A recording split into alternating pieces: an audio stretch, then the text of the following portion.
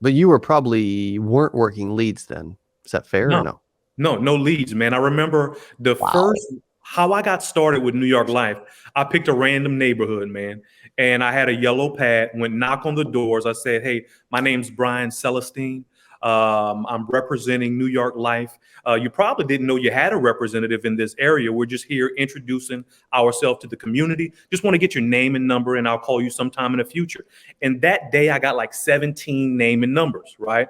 And I would call them. And from that point on, Cody, at New York Life, I never had to knock another door because I made sure I got referrals in every single house. Whether I made the sale or didn't make the sale, my Yep. priority most of the time was making sure that I left with referrals and, did very well with that.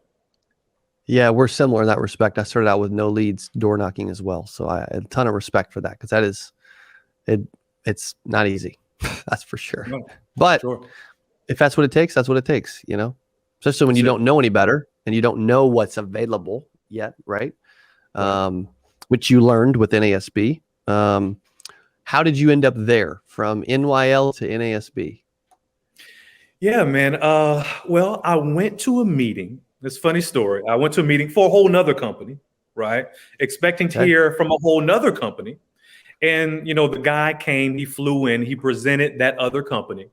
And then the individual who invited me, that guy left. He was like, "All right, guys, well, I'm going to go. I got a plane to catch." So he left out of that meeting room. It was an audience of people, by the way, that this gentleman was presenting to. He left. Okay. The guy who invited me came to the front of the room. He was like, "Y'all, forget everything that guy said." And then Shut up. yes, man. And he presented North American Senior Benefits. And that's how I was introduced. And I'm so thankful for that guy's shadiness, man. It worked out well for Did the other guy ever hear about that? me. Eventually, he found out. Yes, eventually, he found out. Maybe he shouldn't leave so quick, right? Right, right. I stayed at all my meetings, man, till the very end. Yes. I love that.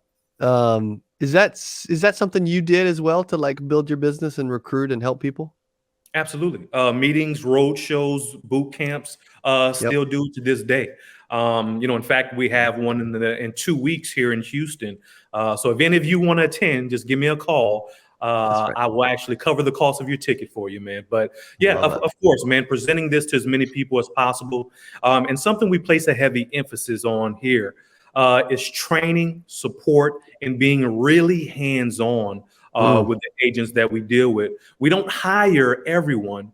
We hire less people, the right people, and spend a lot of time with the right people. And that, yep. again, it's worked out well for us. Yeah. How do you know if they're the right person? Obviously, you don't always know that, but what are you asking? What are you looking for? Man, I mean, coachability, Yep. right? Being coachable. You don't want somebody who thinks they know it all, right? Yep.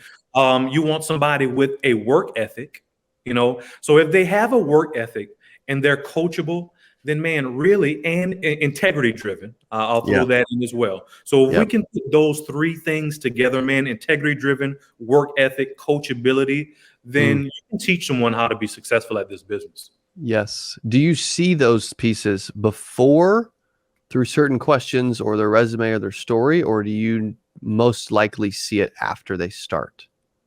Well, I think you see some of it before if Okay. you pry and ask the right questions. I like to do an introductory one-on-one, right? Kind of speak to people and ask them questions. Hey, what is your why?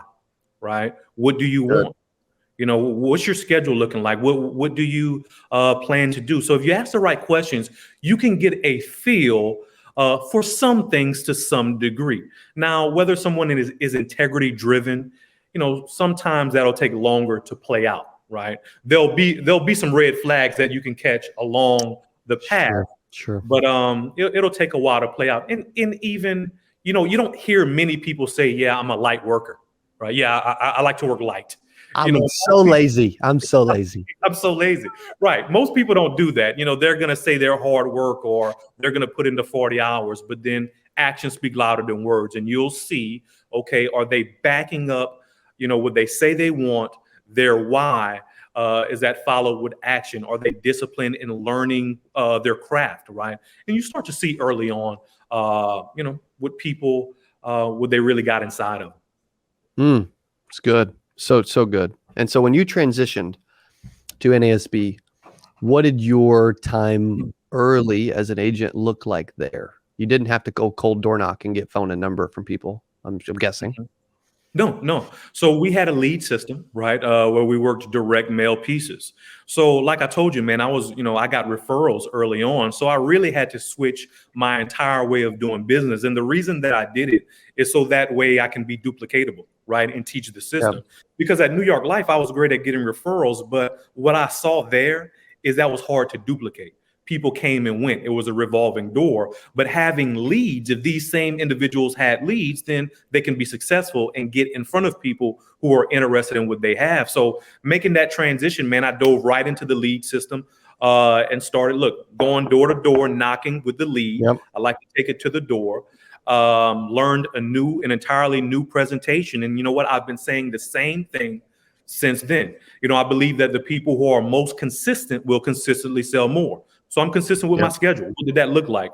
Mondays, Tuesdays, I work 10 to 8, Wednesdays, 10 to 6, Thursdays, 10 to 8, Fridays, 10 to 6, Saturdays, 10 to 8, Sundays, I was off. 56-hour work week. My goal was to write 10,000 AP plus per week. And I wrote at a high level, man. I won Agent of the Year here at North American, and wrote the most business in the country. And while I was doing that, man, I didn't have any agents. So I wanted to build my agency at the same time, because that was really the big draw for me, being able to build an agency, right? And so on the way to my first appointment, right, if I'm starting at 10, I got to leave at 9. I was making dials, calling resumes, calling different ads and whatnot, people who would apply for the ads, right? And doing interviews, man. I would field the calls throughout the day. I would get people in the car to come watch me, because we believe, hey, the person who field trains the most are the ones who are going to grow the fastest. So did that early on, man, even from the beginning. And, was I a leader then? Yes, I was a leader. Was I a good leader? Maybe not so good. But I also, started working immediately on my personal development, man, reading and, John Maxwell, and great leadership book, man. I don't know if you've read it, Tribal Leadership. Phenomenal book, man. Read that one if you haven't. I recommend that to all reviewers. Tribal Leadership. That book was, instrumental in a lot of the things that I do now. I love it. I've read a bunch of his books. I have not read that one. Tribal Leadership. Tribal Leadership is not John Maxwell. That's three different authors. Yeah, it's a different group of authors, but phenomenal read. That's awesome. Listen, thank you, brother. by the way, don't listen to the audio, because that guy's boring. Read the book. It's worth it. I'm glad you said that. Yeah. Do not listen. Actually read. You know what's funny, man, is I used to tell on the book thing, I used to tell myself I don't like to read. You know what's funny is the more I said that, the less I read. And so now it's like, dude, if I want to be good at something, I just tell myself I'm not bad at it. You know what I mean? It's interesting how much we can trick ourselves into thinking that there's a lot of people that are watching you. They're like, man, sitting down and reading a book, I don't know, man. But dude, Brian's made so much money. He's worth, a bunch of money. He's doing really well. And he's saying, hey, pick up the book and read it.